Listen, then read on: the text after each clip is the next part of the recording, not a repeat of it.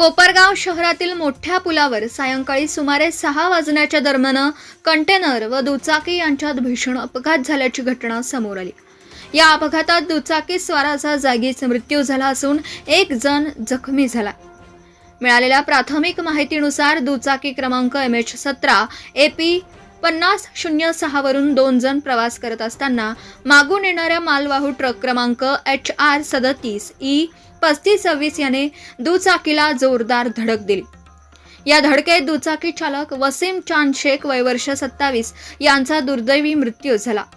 वसीम हे संगमनेर तालुक्यातील अकोला येथील रहिवासी असून सध्या कामानिमित्त कोपरगाव शहरात वास्तव्यास असल्याची माहिती मिळते।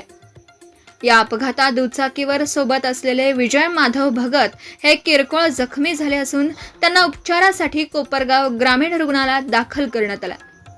अपघातानंतर काही काळ परिसरातील वाहतूक विस्कळीत झाली होती, मात्र वाहतूक पोलिसांनी तात्काळ घटनास्थळी धाव घेत वाहतूक सुरळीत केली।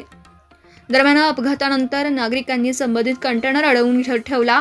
ट्रक चालक घटनास्थळावरून फरार झाल्याची माहिती समोर येत असून पोलिसांनी सदरचा ट्रक ताब्यात घेऊन पोलीस ठाण्यात आणला आहे।